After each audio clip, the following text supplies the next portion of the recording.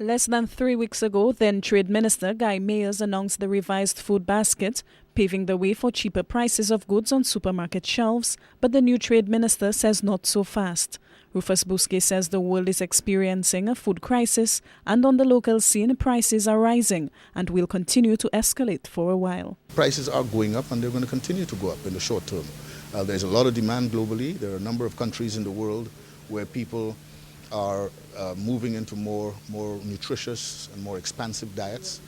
China and India, Brazil, for example, all major countries in that regard.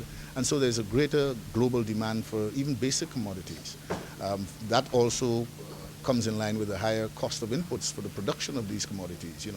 Seeds, fertilizer, all the prices have gone up. Locals can also expect an increase in the price of oil and flour. That price increase would be dictated by Cabinet. The Trade Minister says government continues to subsidize heavily the cost of those commodities, and it is placing a burden on debt servicing. Around 68 cents of every dollar is used to pay on the national debt. The Trade Minister says this may no longer be tenable. We're subsidizing gasoline to the point of about 97 cents for each gallon that somebody buys. The government pays 97 cents. A little over $2 for each gallon of diesel that a citizen purchases or a motorist purchases.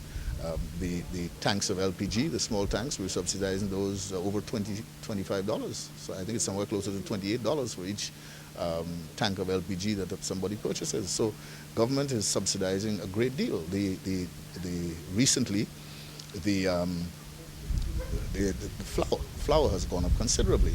In fact, the company out of St. Vincent, which normally supplies us with most of our flour, refused to send us flour if we don't raise the price. Bousquet is urging locals to tighten their belts. He says St. Lucians may need to make lifestyle changes and prioritize spending. In some cases, the same person who cries about food going up, and I'm not saying they shouldn't, but at the same time, that person has to decide, look, am I going to go out on any given evening or 4 times a week and spend several $100s, drinking alcohol and destroying my health? So we as a people, we have to make adjustments, and I think the government has a responsibility to ensure that the people are well informed and that they're encouraged at every turn to make the adjustments that are going to allow you to be able to go through this very difficult period insofar as the global food situation is concerned. Echoing the sentiments of many CARICOM heads of government and ministers of agriculture, Bousquet says nationals need to be more involved in the production of food. This, he says, could be used for local consumption and exported, creating a viable means of revenue for the island. The Trade and Commerce Minister says rising food prices are expected to prevail, at least in the short to medium term. The key now, he says, is to ensure St. Lucia's food sovereignty and security.